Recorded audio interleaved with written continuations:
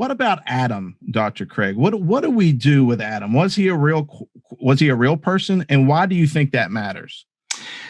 Well, there are basically four views concerning the historical Adam. The first view we could call the traditional view. This is the view that the church has held down through history, that Adam and Eve were a real historical couple who lived just a few thousand years ago, were created by God out of the dust of the earth, and were the ancestors of all of mankind. A second view would say that Adam and Eve were not the universal ancestors of mankind, though they were a real historical couple that lived relatively recently, a few thousand years ago.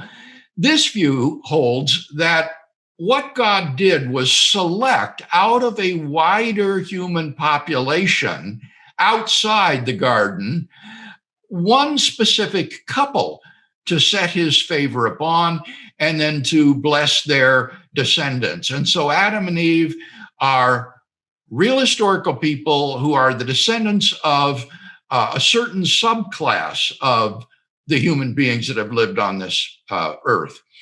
A third view would say that Adam and Eve were real historical persons, but that they were extremely ancient. They lived perhaps hundreds of thousands of years ago, and they were, in fact, the universal common ancestors of all humankind. Every human being who has ever walked upon the face of the earth is descended from Adam and Eve.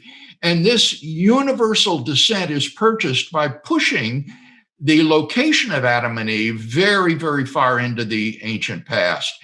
And then finally, a fourth view we could call the mythical view, which would say that Adam and Eve were not historical persons, that this is simply a Hebrew myth about the creation of humanity and how every person is mortal, sinful, fallen, and in need of God's grace and forgiveness. Adam is every man, as it were, and therefore we shouldn't be looking for a time and place in history where he actually lived.